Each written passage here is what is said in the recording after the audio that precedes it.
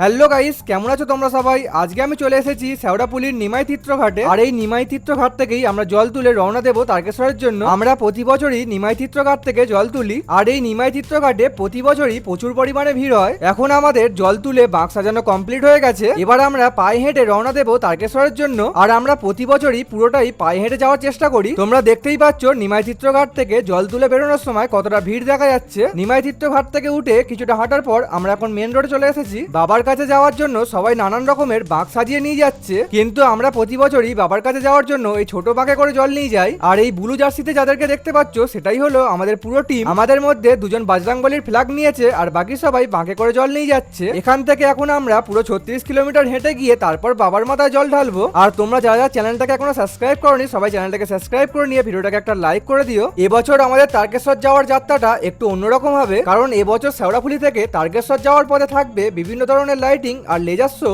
আর আমরা যদি ঠিক সময় মতো দুধ পুকুরে পৌঁছাতে পারি তাহলে হয়তো আমরা ড্রোন শোটাও দেখতে পারবো। আর এই সব জিনিসগুলো দেখতে হলে আমাদের শেওড়াফুলি থেকে তারকেশ্বর পুরোটাই পায়ে হেঁটে যেতে হবে। বাবার কাছে যাওয়ার জন্য অনেকেই দেখি বড় বাঁকে করে জল নিয়ে যায়, তাই আমাদেরও ইচ্ছে হয় আমরা এক বছর বড় বাঁকে করে জল নিয়ে যাব। কিন্তু এরকম ধরনের একটা বড় বাঁক সাজাতে অনেক টাকা খরচা হয়, তাই আমরা করে উঠতে পারি না। আমাদের হাঁটতে হাঁটতে প্রায় সন্ধে নেমে এসেছে আর আমরা এখন ডাকাতকালী মন্দিরের অনেক কাছাকাছি চলে এসেছি। আমরা শেওড়াফুলি থেকে তারকেশ্বর যাওয়ার পথে 4টে মন্দিরেই জল ঢালি, তাই আমাদেরকে প্রতি বছরই 4টে করে ঘট নিতে হয়। আর আমরা অনেকক্ষণ হাঁটার পর ফাইনালি ডাকাতকালী মন্দিরের সামনে চলে এসেছি। এবার আমরা সবার প্রথমে ডাকাতকালী মন্দিরে জল ঢালবো, তারপরে আবার কাশী বিশ্বনাথ যাওয়ার জন্য যাত্রা শুরু করব। ডাকাতকালী মন্দিরে জল ঢালার জন্য কোনো রকম লাইন দিতে হয় না, তোমরা মন্দিরের পাশ থেকে আস্তে আস্তে গিয়ে খুব ভালোভাবেই জল ঢেলে নিতে পারবে। মায়ের মন্দিরের সামনে অনেক বেশি ভিড় ছিল, তাই আমি অনেক কষ্ট করে মায়ের একটুখানি ভিডিও করতে পেরেছি। মায়ের মন্দিরের সামনে জল ঢালার জায়গাটা অনেকটাই ছোট, তাই ওখানটা একটু বেশি ভিড় জমে যায়। আমাদের ডাকাতকালী মন্দিরে জল ঢালা কমপ্লিট হয়ে গেছে, তাই আমরা আবার কাশী বিশ্বনাথ যাওয়ার জন্য যাত্রা শুরু করে দিয়েছি। আর এখান থেকে মাত্র 22 কিলোমিটার যেতে পারলে আমরা তারকেশ্বর পৌঁছে যাব।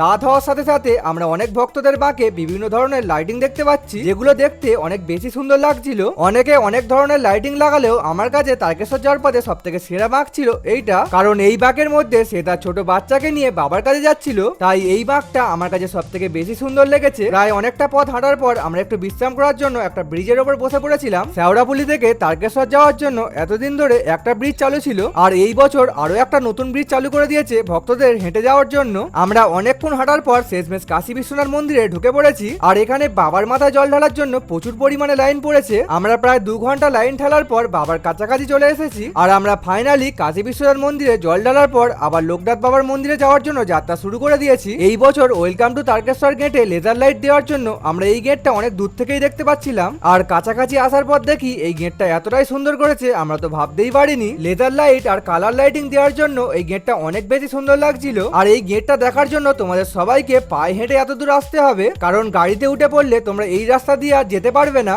আমাদের হাঁটতে হাঁটতে পুরো সকাল হয়ে গেছে আর এখন অনেক লোকই গাড়িতে যাওয়া শুরু করে দিয়েছে, কিন্তু আমরা হাল ছাড়বো না, আমরা বাবার কাছে পুরোটা হেঁটেই যাত্রা করব।